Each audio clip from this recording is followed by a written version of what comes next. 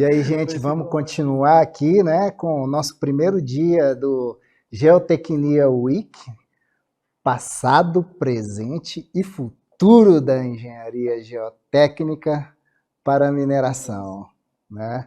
E agora a gente recebe mais pessoas para a gente continuar o debate, né, que já foi brilhantemente iniciado pelo Theo Janjão e pela Rosiele, né? A gente já tem até uma pergunta aqui, eu vou aproveitar para a gente já começar a partir dessa pergunta, depois a Rosiele apresenta os nossos convidados, né? A Daniele Sampaio está perguntando aqui, gostaria de saber se toda essa tecnologia avançada que a geotecnia vem conquistando vem acompanhada do suporte das outras áreas da mineração, como operação de minas, sondagem, etc. Começando bem, né? Já apertou, né? Olha só, posso começar? Claro. Pode. Os quatro, né, no caso. De maneira geral, a geotecnia acaba roubando a tecnologia de alguma outra área, né? Os radares terrestres, eles foram um dos poucos que começaram ali como sendo para a geotecnia mesmo. Mas o INSAR, o drone, né, são tecnologias que são migradas de outras áreas, né? A geofísica, a perfilagem geofísica veio do petróleo. Então, a gente acaba meio que adequando a tecnologia para a nossa área. E a gente tem uma falta muito grande no começo, quando a tecnologia chega, quando ela vem importada, né, a gente tem um gapzinho, principalmente por causa da língua, porque ela vem geralmente com a tecnologia da língua inglesa, né? Até com que a gente consiga entender a tecnologia e transmitir ela na língua portuguesa, sempre tem um gapzinho ali de 6 meses, né? Assim, quando a tecnologia, o radar, por exemplo, o terrestre, demorou um pouco mais. Mas, de maneira geral, a tecnologia está em todas as áreas da mineração, né? Perfeitamente. A gente vê softwares novos ali, cada vez mais avançados. Antigamente, para modelar, a gente sofria, né? Hoje, né, a gente já tem o modelamento implícito, que a gente já está usando na geotecnia. A gente já faz modelamento implícito na geotecnia. Nova tecnologia, né? Antigamente era na sessão, desenhava, escaneava. Eu acho que Sim. Mais ou menos por aí. E se eu puder falar... Antes, só um minutinho, Rosiele, apresenta os nossos convidados, por favor. Estão instigadíssimos para conversar e dar seu palpite, isso aí. Gente, nossos convidados hoje é o Jefferson Figueiredo e a Gisele Rocha. A gente escolheu eles a dedo em função de melhorar a nossa discussão. Por quê? Dois técnicos falando sobre a mesma coisa. Qual é a discussão? Como será instigada, Chato, né? Dois técnicos. Instigar, a novidade é instigar as discussões com outros olhares, né? Então, a Gisele, ela é pesquisadora, professora, projetista, né? Atua na área da pesquisa como da aula e também é projetista. Ela tem esse olhar do conjunto como um todo. Já o Jefferson Figueiredo, ele tem um olhar, né, da área comercial, da expectativa de como que o comércio está, como que o mundo está mudando, como está tendo desenvolvimento comercial, dado todo esse movimento das exigências. Tanto é que ele está muito interessado em dar o seu palpite. Boa noite a todos e Boa noite. Obrigado pela oportunidade de participar. Uma honra para nós. Mas eu gostaria de já iniciar com um pouco de contraponto. O que significa isso? As tecnologias na mineração, elas são óbvias e a gente começa a falar lá do laser scan, começa a falar lá do VANT, da topografia que você pode fazer ela por meio do RTK. Você começa a ter várias tecnologias que embasam a engenharia como um todo de reforços e tudo aquilo que é necessário para que você tenha uma geotecnia bem aplicada. E você vai para as barragens, você vai para monitoramento e tudo isso hoje tem tecnologia. Mas eu acho que a tecnologia por si só e independente, ela não faz o que, para mim hoje, pelo menos na minha ótica, é o maior descasamento, que é a comunicação das áreas. A geotecnia com operação, eu acho que esse é um ponto que a gente vai abordar ele algumas vezes hoje. A operação de lavra, a disposição do material, qual que é a conexão plena disso hoje? Porque nas nossas experiências desses últimos anos, a geotecnia virou um apagador de emergência, né? Virou um apagador de incêndio. Será que isso, de fato, dentro das grandes corporações está conectado de uma maneira que a geotecnia não seja somente aquela área que vai resolver o problema ambiental, resolver o problema de disposição depois que está tudo resolvido lá na planta, está tudo resolvido lá na operação? Então, acho que tecnologia todas têm e são muito boas. A mineração ela dá grandes saltos, mas essas tecnologias elas não fazem as comunicações das áreas e essa disposição completa acontecer. E como você falou que eu sou do comercial, pensando em gestão de negócio, pensando na riqueza do crescimento da mineração, a commodity rege a regra do jogo. Sim. Então a gente está com uma condição positiva hoje, mas quando começar a baixar de novo, porque ela é cíclica, será que tudo isso que a gente está embarcando de tecnologia que custa muito caro vai permanecer? Ou é só um momento de moda? Mas é só para a gente começar. É uma boa colocação. Eita. Vai permanecer porque as estatísticas de consumo não abaixaram Perfeito. e nem vão abaixar. Então, Gisele, qual que é a sua opinião em relação a essas tecnologias? Você acha que elas têm uma compatibilidade, tanto no mercado quanto na estrutura, principalmente na área de pesquisa, né? Porque tudo a gente pode, na mineração, como projetistas, iniciar umas atividades empíricas, né? Mas o refino, ele vem da pesquisa, do desenvolvimento dentro das universidades. Sim, exatamente. Então, boa noite a todos, né? Obrigada pelo convite, né? De estar aqui com pessoas tão boas. Eu queria falar realmente sobre isso, né? Sobre a tecnologia na educação. Então, é um ponto que eu vejo com muitos olhos positivos, mas ao mesmo tempo me preocupa. Pelo seguinte, né? O Theo tinha até comentado, né? De antigamente a gente fazia tudo à mão, né? Hoje em dia a gente tem software que a gente consegue fazer uma estabilidade taludes, né? Não preciso mais ficar fazendo fatia por fatia à mão. Se eu tenho um slide, né? Se eu tenho já slope para fazer isso por mim. Só que ao mesmo tempo isso me preocupa. Por quê? Porque a gente fazendo à mão, a gente aprende tão melhor do que, né, só eu inserir um número ali no software, que eu vejo, né, que muitas pessoas, né, têm ultimamente buscado essa facilidade da tecnologia e esquecido da base teórica, que é muito importante. Então, né, eu sou professora também, como a Rosiele falou, né, então eu atuo nesse mundo aí acadêmico já tem 6 anos, né, como professora. E o que eu vejo, né, principalmente pós-pandemia?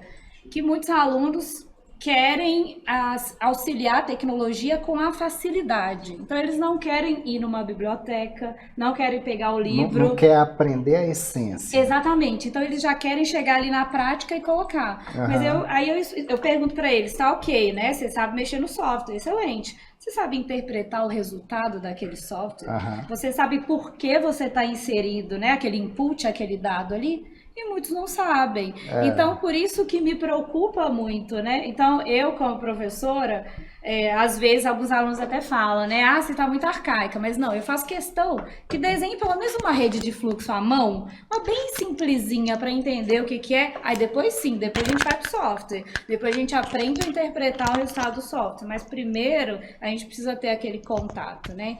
E com relação, né, ao mundo acadêmico, aí, mais voltado para a área de mestrado e doutorado, a tecnologia ela ajuda bastante, porque eu sinto também que o profissional, né, ou o discente que está no mestrado e no doutorado, ele já tem uma maturidade maior, né?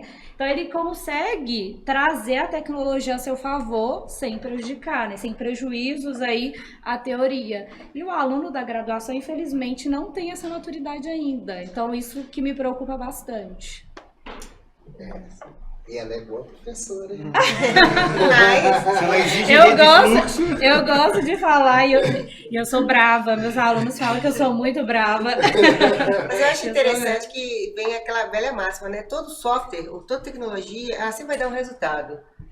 A pergunta é se o resultado que foi gerado, se ele é certo ou não. Faz sentido? Faz Exatamente. sentido? Né? Porque qualquer coisa que você dê no software alimenta ele está programado para dar um resultado. Exatamente. Então, se a gente não tiver essa preocupação como ela chama? Desculpa o nome, a pergunta da pessoa.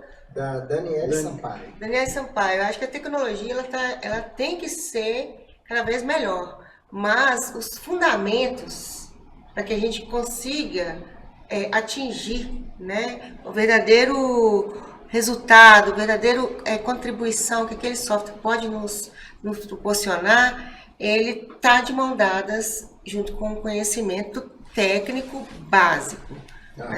Para todas as áreas. Por exemplo, esse caso do Jefferson ter falado em relação à área de comunicação, realmente é uma coisa muito preocupante na área de geotecnia, porque a área de geotecnia ela está lá na ponta de operação, seja na operação, na extração do minério, ou seja na disposição dele de estéreo ou rejeito, né? Como que isso compete ou se dá dentro da produção, dentro do planejamento de uma lavra, né? Você tem um planejamento de 5 anos, que é feito ali dentro do curto prazo, médio prazo, você tem uma perspectiva e as pessoas e os geotécnicos têm que ter, dentro daquela expectativa da produção, contribuir e fazer com que aquilo rode, né? De maneira eficácia. E aí, eu lanço uma pergunta aqui. A gente sempre pergunta assim, e aí agora, e qual que seria uma possível solução, um possível gatilho para harmonizar essas áreas, para que a gente chegue a entrar naquela expectativa de prevenção, né? Que acho que a prevenção tem a ver com eu entender lá as outras áreas, né? Eu tive até um insight quando você estava falando, de chamar de agenda positiva da geotecnia. Olha, legal.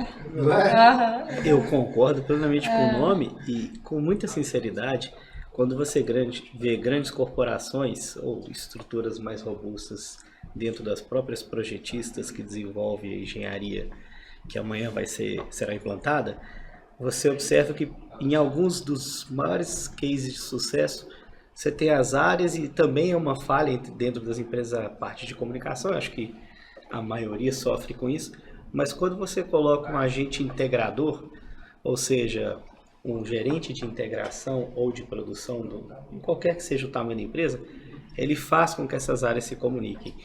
E há tempos atrás, as próprias mineradoras brasileiras, elas tinham esses gerentes de implantação, gerentes de operações, e eles tinham um pouco mais desse cuidado. Só que cada área ganhou proporções muito grandes e elas ficaram muito autônomas e independentes. Então, na minha visão míope nesse momento, porque eu não estou dentro dessas grandes mineradoras, a solução volta um pouco para o que era antes. O pensamento era de integração. A produção ela sabia que se ela não tivesse uma disposição bem alinhada, ela ia parar. Hoje fica de novo na situação de emergencial. Então, não é a receita do bolo de jeito nenhum. Mas pode ser uma solução criar, de fato, uma gerência ou uma coordenação de integração das áreas, para que elas realmente se comuniquem de forma efetiva, porque todas são interdependentes. E a venda de minério futuro depende disso. Sim. Deixa eu só dar um recado aqui para quem está nos assistindo ao vivo, tá, gente? Esse podcast de hoje está sendo transmitido ao vivo. E se você está assistindo aí a gente ao vivo hoje, tem um link para fazer inscrição na Geotecnia Week para quem quiser tirar o certificado de participação, tá? A gente vai ter mais de 12 horas de evento aí. E depois a gente vai organizar esses vídeos todos dentro aí das comunidades e das redes do Instituto Minério. Então se inscreva na Geotecnia Week se você tiver interesse em receber o certificado e também se você tiver interesse em participar do sorteio, do concurso que a gente abriu, que vai disponibilizar 50% de desconto, né, 50% off, para quem tiver interessado em fazer a nova pós-graduação do Instituto Minério de Engenharia Geotécnica aplicada à mineração. Certo, Rose? Certíssimo. Eu vou fazer uma pergunta aqui já fiz essa pergunta para o Theo, né, lá no nosso início da nossa conversa, e aí eu gostaria, fiquem à vontade, ambas as partes, eu gostaria que é uma questão que me instiga muito, né, em relação a como que, primeira pergunta, né, se vocês... de uma certa forma, ou dê a sua opinião de se concordam, né, que hoje em dia as agências nacionais, e dado todo esse conjunto de exigências que também é voltado para o mercado, né, dessa transparência, dessa confiabilidade no profissional que trabalha na área de geotecnia, o que vocês pensam sobre essa exigência, né, da ANM condicionar, né, que as pessoas que trabalham e fazem projetos geotécnicos e lidam com a geotecnia de forma direta, tem que ter uma formação superior, né, que, além da sua graduação. Eu gostaria que vocês falassem como conjunto como um todo, desde o aspecto geral de um pensamento próprio, seja contra, seja a favor, diante do mercado, qual que é essa necessidade, qual que é o reflexo, principalmente, né, que para gerar confiança em relação à capacidade técnica dessas pessoas, né? Instigando. Você acha que a ANM é uma intrometida de ficar falando que vai dar palpite na formação dos outros, né? Como você disse, né? Tem gente que acha que é com CREA, quem é a ANM, para falar que pode ser isso ou aquilo. O que vocês acham? Quem fala que é o CREA, às vezes não conhece o CREA. Né? Nunca entrou lá. Eu posso começar a falar, Jefferson? Mais que à vontade. Obrigada. Eu vou falar da minha experiência, né, principalmente como profissional, que eu sou engenheira civil e eu sou professora para o curso de engenharia civil. Então, eu dou aula de mecânica dos solos 1 e mecânica dos solos 2. Então, o que eu vejo, né, dentro da graduação? O curso de engenharia civil, né, que eu tenho mais propriedade para falar, não forma um geotécnico. Não adianta. Você sai da graduação, você sai como engenheiro civil, porque você não especializa em nada. Então, você sabe de estruturas, você sabe de transportes, sabe, né, de drenagem, recursos hídricos, etc. E geotecnia o mínimo possível. Porque o que eu vejo, né, das grades curriculares, a geotecnia, tadinha, ela é a menos, né? Ela que tem um pouco menos brilho dentro do curso. Por quê? Você tem ali 2 ou 3, no máximo, disciplinas obrigatórias, né? Restante optativa, quando tem optativa, né? Na faculdade ou na universidade. E primordialmente, né? E principalmente as disciplinas que têm destaque são as de estruturas dentro da engenharia civil. Então, o curso está mais voltado para a engenharia estrutural do que para a engenharia geotécnica. Então, eu super concordo da ANM, né, de ter que realmente ter esse grau aí, né? Por quê? Porque quando você forma, você não é geotécnico, você é um engenheiro civil. Para ser geotécnico, você precisa se especializar, né? Fazer uma pós-graduação, fazer um mestrado, fazer um doutorado. Então, eu sou super a favor, super de acordo.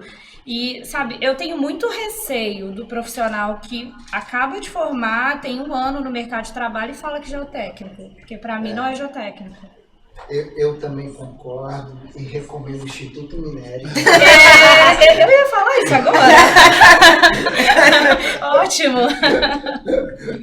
Vamos aprender mais por aqui. É uma boa oportunidade estar aqui, né? Realmente, para quem está se formando agora, porque já se formou, né? É uma excelente oportunidade. Eu, se eu não me engano, é o primeiro curso de geotecnia aplicado à mineração. Eu não conheço outro, até hoje eu não vi. Aplicada à mineração? Eu também não sei. Parabéns pela iniciativa.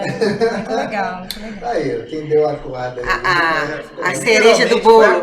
A cereja do bolo. E você, Jefferson, na área aí, que você pensa? Desculpa, te interrompi. Vamos, Rose. Em relação a essa... Porque isso, por exemplo, dentro das empresas, né, principalmente tanto as empresas de mineração, quanto os projetistas, quanto os consultores, né, isso acaba gerando um rebuliço muito grande e que pode impactar de uma forma muito forte nas empresas, principalmente nas empresas de projetistas, né? Sim. Porque ao você exigir essa formação, você olha para o seu corpo técnico e como que eu vou ficar, né? Então, como que eu vou captar meus novos clientes, entrar na expectativa desse mundo que está cada vez mais exigente e vem uma agência nacional e joga como fosse uma bomba, assim, ó, agora... Sem avisar, né? Sem avisar que todo mundo tem que ter, e aí como é que fica? O que você acha? Você concorda? Você acha que é o tempo? Você acha que, dadas as exigências aí do mercado mundial em relação à questão de aditivos, né, de valores, bolsas, commodities, né? Com toda essa segurança. a sinceridade, Rose, não acho que tem que ser concordar ou discordar, e não é ficando em cima do muro. Mas eu vejo como um grande recurso da IBM, de qualquer órgão governamental ou regulatório, que quando você tem uma ciência que ela é relativamente nova, quando você fala que em 66 nós tivemos o caso lá da pilha de rejeito de carvão, é muito novo.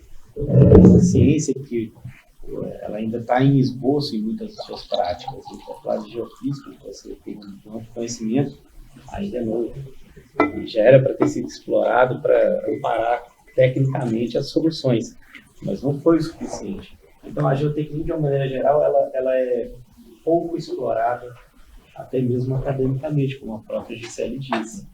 Então, quando você pega mecânica dos fluidos, quando você pega a parte de elétrica e tudo que há de melhor na engenharia já estudada ao longo dos últimos anos, você percebe que eles estressaram cada matéria, estressaram cada ementa dos cursos.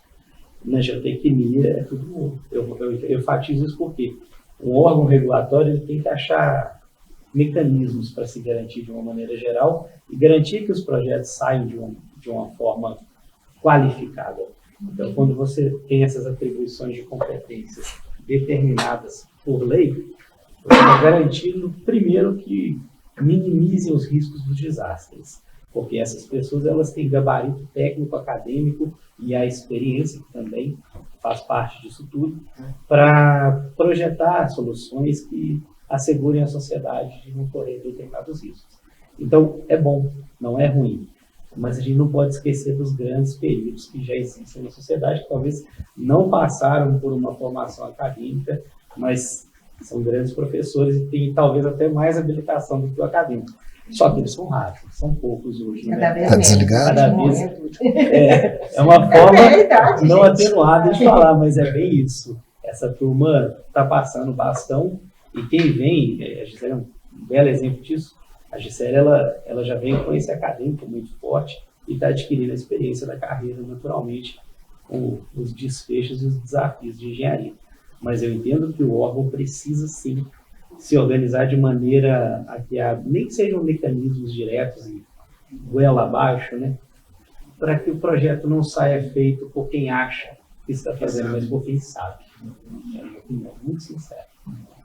Entendi. E em relação, até enfatizando aqui, continuando, né, na questão dos commodities, qual que é a reflexão que você, Theo, que você, Jeff, que você, Gisele, pensam em relação a, uma vez que teve esses grandes eventos, né, no nosso caso, a gente teve um marco regulatório, um marco de eventos que, no nosso país, cada país, creio eu, que ele teve seu grande evento que modificou os sistemas dentro dele, né? Então, no nosso país, a gente entende que o nosso é bastante recente. Em outros países, por exemplo, igual esse caso da Inglaterra que você falou, bem citado, pode ser que lá no passado, na década de 70, 80, eles já entraram com outros olhares para esse tipo, e assim como o Big Bang e todas as outras estruturas aí, né, que conforme a ocorrência desses eventos, que isso faz parte da natureza do ser humano, que ele toma grandes posições quando ocorrem grandes eventos, grandes desastres.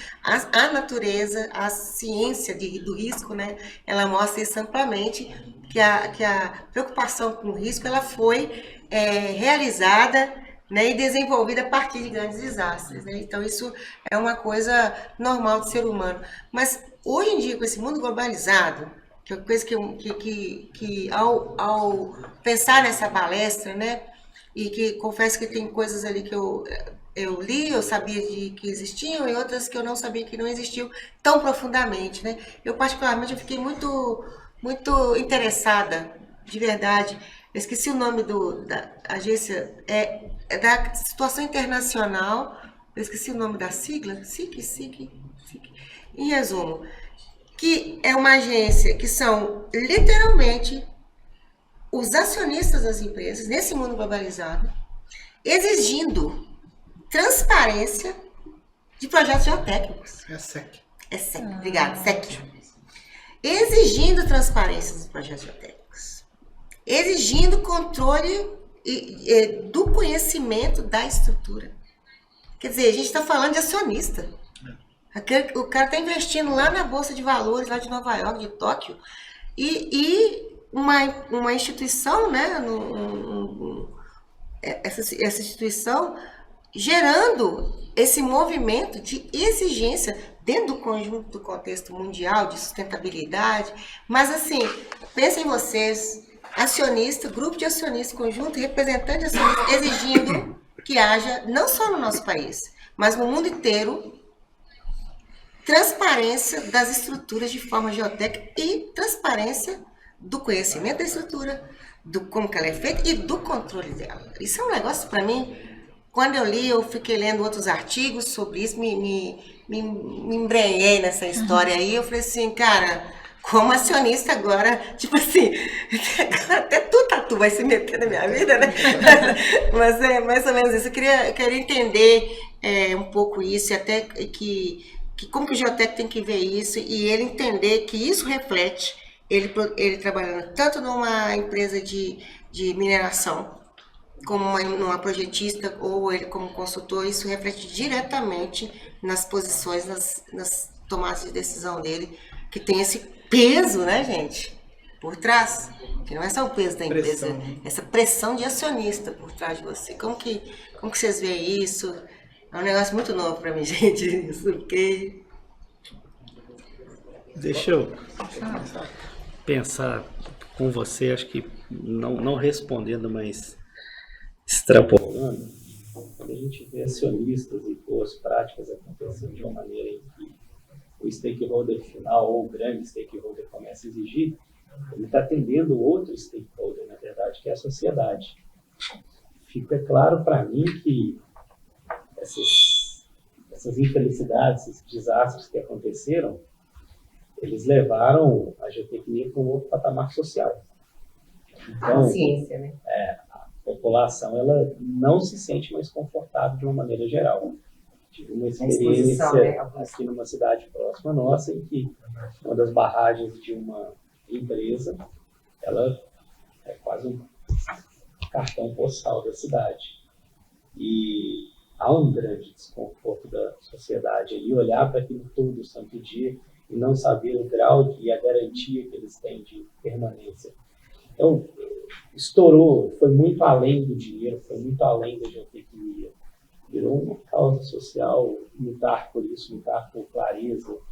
Eu tive uma experiência, aproximadamente 4 anos atrás, numa grande empresa de tecnologia lá em São Paulo, em que existia um esboço de um projeto de levar o monitoramento geotécnico dessas estruturas para uma nuvem pública, alinhada com o governo. E era um grande esboço de uma grande ideia, mas de um grande risco. Como que a sociedade vai controlar o conhecimento? Como que a sociedade vai ver lá o monitoramento de um piezômetro e um grau de alerta? Como é que ela vai interpretar isso se ela não tem o conhecimento, de fato, a respeito daquilo? Então, o stakeholder, ele, de fato, ele tem que ficar preocupado. O grande investidor, ele, de fato, tem que ficar preocupado. Mas não existe essa receita para resolver esse problema. Porque se você expõe a informação, quem vai ser o canal de comunicação para ensinar? Como você ensina para uma população inteira o nível de alerta, o que aquilo significa? O nível d'água, o que aquilo significa? Eles não têm, não é nem a capacidade, é o entendimento, porque não passaram por uma formação para que aquilo não se torne um problema ainda maior para a sociedade. Então, existe tratar desse dado, como lidar com isso. Então, pensando no investidor, existe o desejo, mas ele é muito mais uma jogada de estou atendendo a sociedade, quando é lá no investidor financeiro, do que de fato vou resolver o problema. Porque o buraco, nesse caso, é muito mais embaixo. Ai, meu Deus. Eu acho natural isso. Sim. Isso já aconteceu na mineração, né, Theo? Não é a primeira vez. Então eu acho natural e muito bem-vindo, na verdade. De maneira geral, acho que a sociedade fica cada vez mais exigente. Né? A gente viu isso na década de 80, a exigência ambiental. Né? E hoje nós estamos aí, né? Você não pode produzir nada que não seja ambientalmente sustentável, que a sociedade não compra. Né? Você não vende para a Europa. Existem, como você falou, empresas que não investem em fundos que não investem em empresas que não têm pegada ecológica. E nessas últimas décadas, a sociedade se voltou para a mineração. Nesses últimos anos, a sociedade fora do país se voltou para as usinas nucleares. Né? Alguém quer uma Chernobyl? Alguém quer o Fukushima do lado de casa? Não, então o Japão hoje, a União Soviética, a Rússia, tiveram que se adaptar porque elas estão no mercado, né? Elas têm ações em bolsas de valores. Né? Fukushima, ela estava lá, né? Os preços das ações nucleares caíram. E a Vale, a mesma coisa, a BHP, a mesma coisa. Então, a empresa tem que se adaptar às demandas do mercado. Se para isso ela tem que mudar completamente, ela vai mudar. Ela vai mudar, porque o mercado é que dita, né, o preço do minério. Isso é grande verdade. Né? Então, o que adianta a empresa? Se ela não mudar, ela não vai vender o minério. Alguém vai falar, não, eu não quero o minério dessa empresa, porque é um minério assim, assim, assado. Eu não quero o boi que é da fazenda tal, porque ele usa... ele tem febre aftosa. Né? Então, o mercado é que dita. E hoje o mercado está ditando a mineração. Né? A gente está falando de rastreabilidade também, né? De dados, com certeza. Então, da mesma forma que você compra aqueles produtos que tem aquele selo ali, né? Selo verde. Esse aqui tá ok, né? Eu acho que a tendência é que aconteça isso também com os minérios. O lítio, né? O lítio está sendo muito falado aí agora, que existem poucas minerações de lítio que são, vamos dizer assim, corretas, né? Que usa, ecologicamente corretas. Não, nem ecológica, usa mão de obra da maneira incorreta, cobalto, né? Então, assim... Acho que cobalto tem no Cisecundo, no Moçambique, né? Usa mão de obra escrava. Exatamente. E vamos lembrar que a mineração era assim. Há pouco tempo, 60 anos, a gente era no braço. E ela, acho que foi muito feliz a sua colocação, porque o mercado dita o caminho. Ele fala para onde a gente vai. O mercado está fazendo o stakeholder, o grande investidor, se adequar e exigir. E eu concordo, se não fizer as adequações, o mercado ele não vai aceitar. Não vai aceitar. E o mercado chama-se população. A população, ela consome tudo no final das contas. E aí você tem grandes empresas e grandes marcas hoje que vão consumir o chamado minério verde, o minério legalmente produzido, certamente isso acontecerá. Mas tudo isso eu só enfatizo que é porque a população em algum momento se sentiu insegura. Porque a população em algum momento se levantou e disse, isso para mim já não serve mais.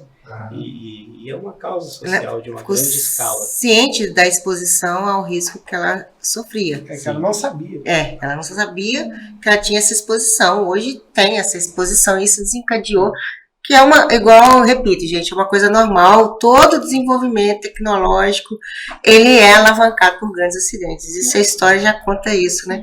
Mas essa questão da geotecnia, em relação a essa preocupação, porque, por exemplo, dentro das grandes empresas, nós estamos falando de minerações, né? As minerações, o principal problema dela, como acionistas, né, eles tinham condição de que a gente tenha uma produção efetiva, ter uma quantidade de produto exposto no mercado conforme a sua condição de consumo, né? Hoje, a gente, além da questão agregada à sustentabilidade, de como que isso é feito, a gente está falando de mais um item, que é a questão de segurança geotécnica. Eu não estou falando aqui, o exterior, eu não estou falando, isso é importante, ele vê isso, que a gente tem que estar ligado, dependendo do impacto que ela gera, a questão de sustentabilidade e questões ambientais.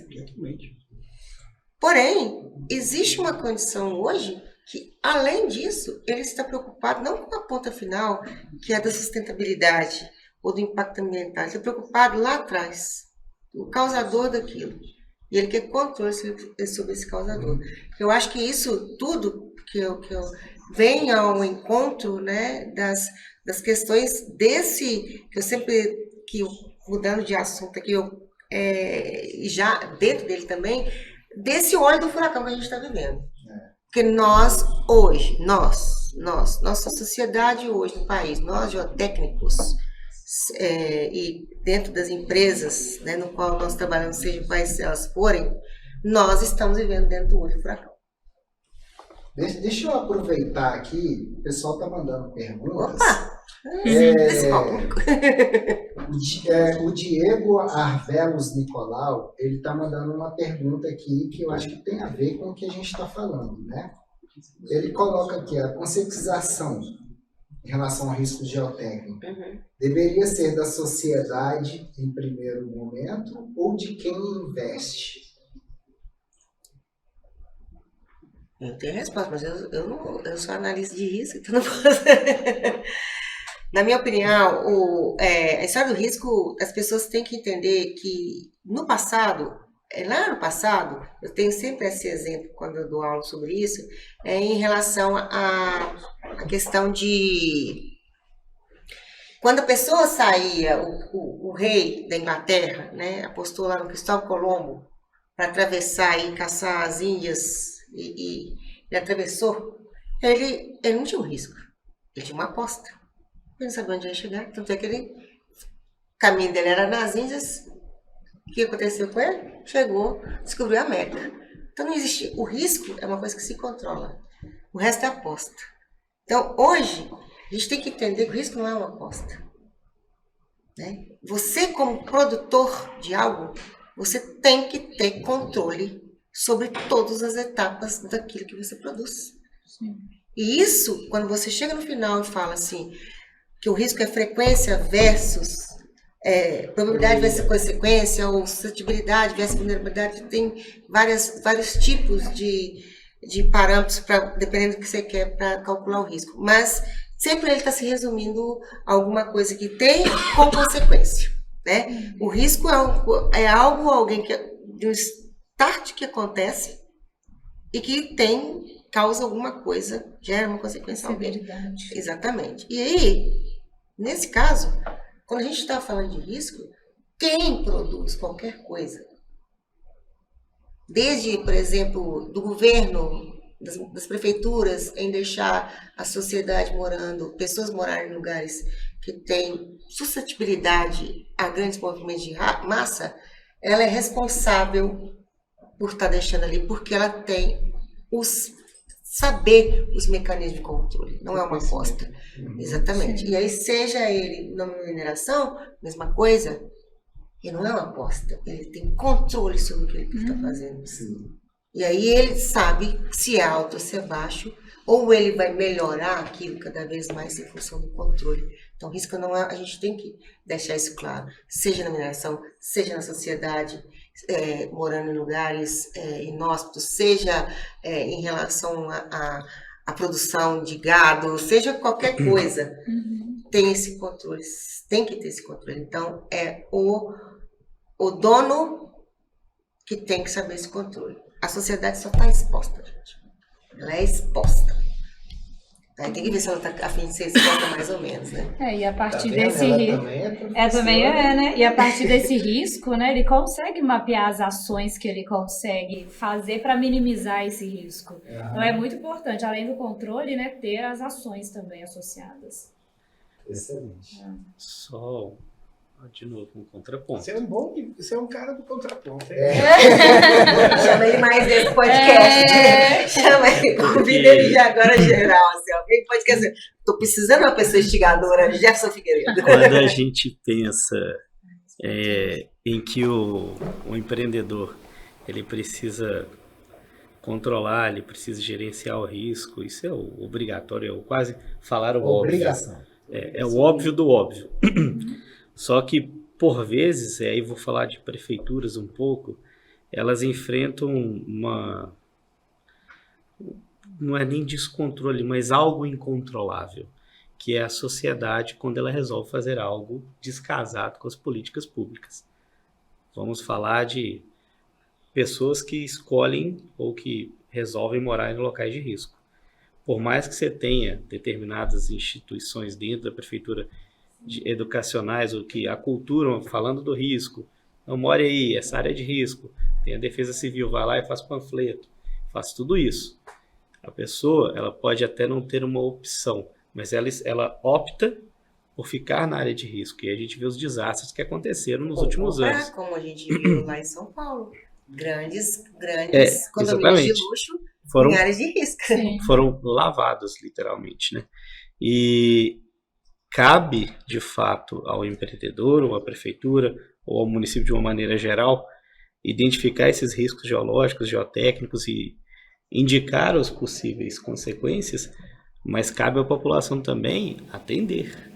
A população precisa ter um pouco de consciência de que a pessoa está se colocando numa situação de risco e provável morte. Exposta, né? É um bem casado. Mas a Rosiele, ela deixou claro, né? Você não pode assumir a aposta. De jeito nenhum. E quem fica é uma aposta. Não é nem risco mais. No caso do empreendedor, né? Você não tem essa margem. Não é o dele que ele está colocando na reta. É de outro. De outro, com certeza. Você quer complementar, Theo?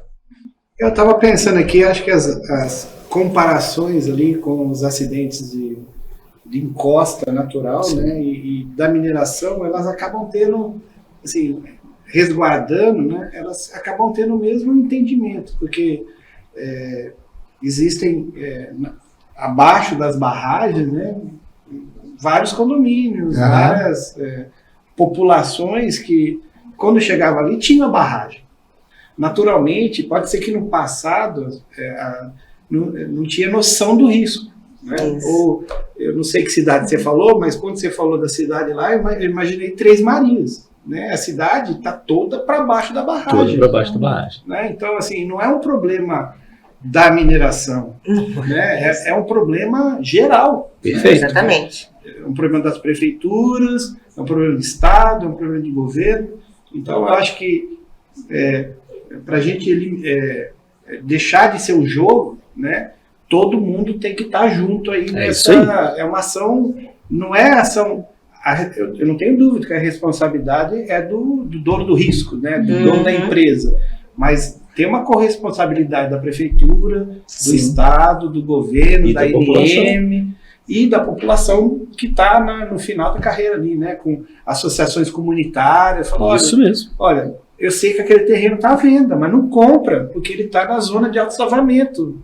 Em 5 segundos você tem que sair de lá, você está em cadeira de roda. Vai comprar uma casa ali? Então, acho que tem que, sim, todo mundo tem que estar imbuído, porque senão não vai resolver, porque o povo precisa de lugar para morar, né? E vai morar onde é mais barato. Então, assim... Ou tem uma vista melhor, né? Eu mesmo vi uma casa uma vez no site, né? A casa me atendia perfeitamente, ali na Serra, perto da Serra ali, no São Lucas. Quando eu cheguei para ver a casa, tinha talude gigantesco ali no fundo da casa, né? Aí eu falei, bom, legal no inverno. Começa a chover. desespero. aí assim, realmente, né? É uma questão também não digo nem de educação, mas de sabedoria também. Você tem esse discernimento. Possivelmente a pessoa que comprou não viu aquilo como risco, né? Sim. Ou se viu, falou, não vai cair, né? Entrou no jogo, né? Jogou roleta. Né? Pode ser que não caia. Assumiu a aposta. Subiu uma aposta. O conhecimento da exposição do risco é a grande saída. Né? Quando a gente fala do ignorante, não é ignorante de não conhecer o que está por vir. Né? Então, a partir do momento que você tem conhecimento, que você está exposto, aí se torna uma sociedade. A sociedade muda completamente em termos até de exigências, de parâmetros legais, sejam eles de órgãos estaduais, federais ou internacionais, porque ela aumenta a régua. A sociedade é que dita quanto ela quer ser exposta. Deixa eu dar um exemplo, assim, eu acabei de voltar de uma viagem, fui para Brisbane. Brisbane é uma cidade que ela é plana e tem a zona de inundação do rio. Né? É como o Rio Nilo. Todo ano ele inunda aquela coisa. E na cidade, você vai andar na cidade, tem várias placas indicando qual que é a linha de inundação. Então aqui é linha de inundação mínima, máxima, e as casas que estão... Tem várias casas na zona de inundação. Claro, a sociedade se começava ao longo do rio, né? A pessoa que compra uma casa, uma aluga, sabe, quando ela vai alugar, ela recebe uma informação que aquela casa que ela está alugando ou está adquirindo está na zona de inundação A, B ou C, que em 10 anos aquela casa dela vai inundar. Aí ela tem a opção de morar ou não naquele lugar, e o que ela vai se fazer? Eu vou ter móveis que eu possa perder, alguma coisa desse sentido, entendeu? Então você vê como é que isso é uma coisa do governo e da sociedade. A importância da transparência. Transparência, entendeu? Você sabe que você está comprando. Os imóveis são mais baratos, os aluguéis são mais baratos. Por quê? Tem uma explicação. Aí entra a governança. Aí a gente já entra em governança também. Então, assim, acho que tá tudo a gente tá... A gente roda e avisa, né? Como o Chacrinha falava. Da geotecnia e ESG, né? ESG. Gente, vamos, já estamos acabando aqui, né? Porque se deixar, a gente vai longe. Tem uma pergunta fácil aqui. Quando é fácil assim... Não tem contraponto. Fácil. Quando é fácil são as mais difíceis, é A ou B, aí essas que apertam. Pilha de estéreo e rejeitos vai ter fiscalização igual barragem? Sim. Essa resposta é sim. É o óbvio do óbvio. Esse é o sim. Já está tendo. Já está tendo. Exatamente. Essa novo tipo de codisposição, né, ela é necessária, dadas ao volume de rejeito que se produz, né, e com essas questões das barragens, que a gente tem que entender que barragem não é uma questão criminosa, tá, gente? Barragem é uma estrutura segura, como a gente viu ali nas nossas demonstrações. Todas as estruturas, elas podem gerar problema, podem gerar acidentes. Isso não é exclusivo da barragem, muito menos das barragens a montante. Agora eu não quero que seja mais montante, porque isso no passado já aconteceu. Teve época que não podia ser jusante. Aí teve acidentes lá no início do século XX, e aí todo mundo mudou para montante. Então, assim, tudo tem que ter um controle operacional, faz parte, né? Agora, a característica que a gente tem que levar em consideração dessas barragens, aí a Gisele pode até complementar, que essas barragens, essas pilhas de estéreo minério, elas têm um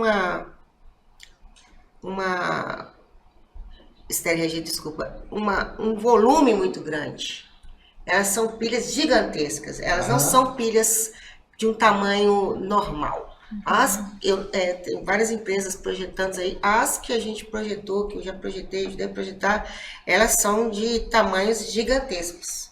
Elas são 200, 300 metros. Elas, no final, elas vão fazer parte Essa cidade não tinha uma montanha, como tem outros lugares no mundo, tá, gente? Que tem lugares que tem montanhas, né, que são oriundas de pilhas de estéreo ou de mineração, que fizeram parte da paisagem, e ai de quem tirar ali, né? Mas, assim, tirando essa questão lúdica, né, são pilhas enormes, gigantescas, elas vêm a suprir uma necessidade área de disposição, e já que é para valer e tem esse problema de área, elas não podem ser pequenas estruturas. Se isso é o correto ou não, já começar a produzir pilhas dessa magnitude, não é o momento aqui para a gente discutir. Talvez na sexta-feira, pessoas especializadas em pilhas vão estar aqui já fazendo a propaganda. Elas, que não que a gente não seja, mas assim, com o momento, né? Essas pilhas são... Então, elas são, hoje, né, assim como tem os EORs nas barragens, existe EOR agora de pilha, assim como vão ter de cava, entendeu? Então, hoje em dia tem o stack break, né, que é o quê? Ruptura de pilha, é igual ruptura de barragem, agora tem ruptura de pilha, análises hipotéticas. Então, quer dizer, há uma necessidade, independente se as barragens vão continuar ou não, tá, gente, existir no mundo afora. Há necessidade de novos tipos de disposição. E as pilhas de estéreo e rejeito ou mistas, elas têm que existir. Faz parte. Né? E a gente tem que desenvolver essa tecnologia. E a gente tem que entender que no nosso país, principalmente da questão do problema de áreas, elas são as substitutas naturais de barragem. Isso é fato. Não tem como voltar atrás, gente. Não é por causa das rupturas que isso ocorreu. Mais cedo ou mais tarde, é uma evolução. Isso ia acontecer. E dado o desencadeamento, aconteceu. E agora ela simplesmente acelerou o que tinha que já acontecer no futuro. O que você acha, Gia? Você acha que é...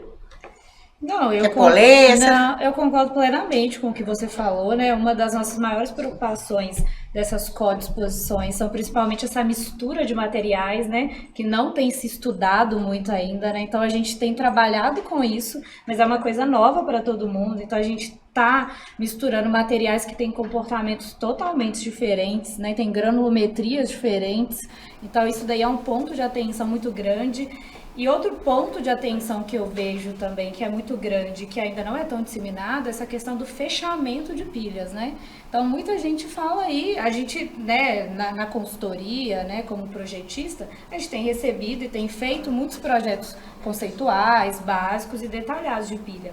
Fechamento, né, ainda está engatinhando, então a gente precisa estudar um pouquinho mais essa questão, né? Então, a gente já teve grandes rupturas aí de barragens, né? E o pessoal não está tão preocupado ainda com essas possíveis rupturas de pilha, né? Tanto é que a gente tem feito e visto, né? Pilhas de 200, 300 metros de altura. Pilhas que foram construídas há mais de 60 anos atrás, que não tem informação nenhuma, né? Então, vão ser colocadas pilhas em cima. Exatamente, que ainda vão ter contrapilhamentos, né?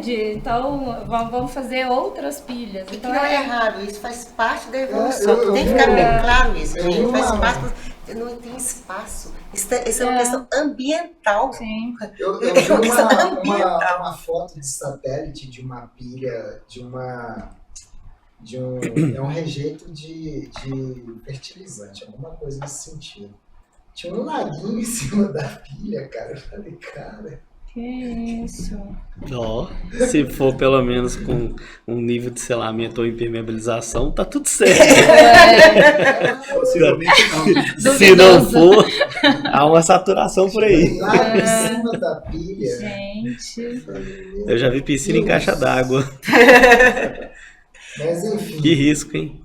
Mais uma pergunta aqui, vamos falar que essa aqui é a última, tá? Pergunta do Guilherme de Freitas. Esse aqui eu conheço também.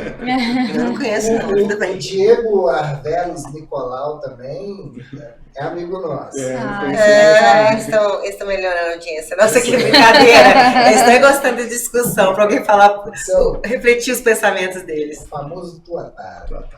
O Guilherme me pergunta, né, quais são os investimentos necessários para que as empresas de mineração, o mercado de serviços e consultoria e projetos possam enfrentar os desafios crescentes da geotecnia na mineração?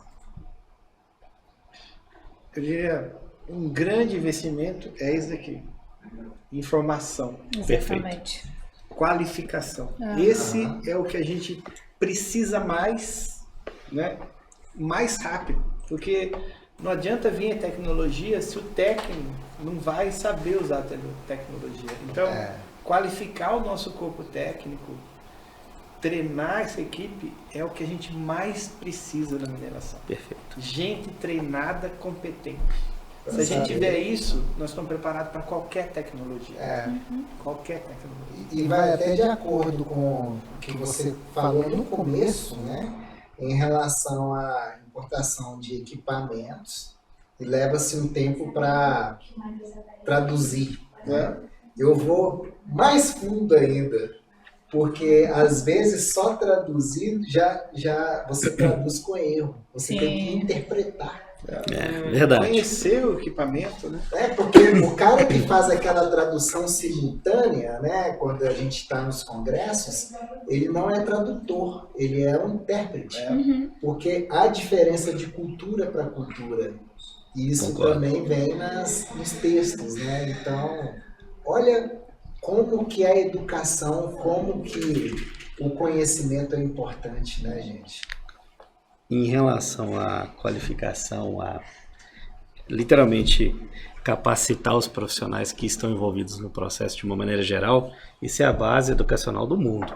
De fato, quanto mais capacitado você forma desde de um ambiente acadêmico, até mesmo com treinamentos, reciclagem dentro das empresas, você realmente vai ter produtos entregues de uma maneira geral muito efetivos.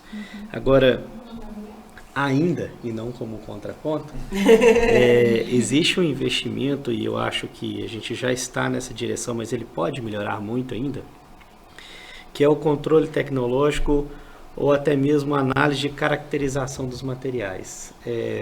Vou usar um exemplo atual meu. Nós projetamos sistemas de bombeamento de maneira geral, rejeitoduto, adutora, minerodutos.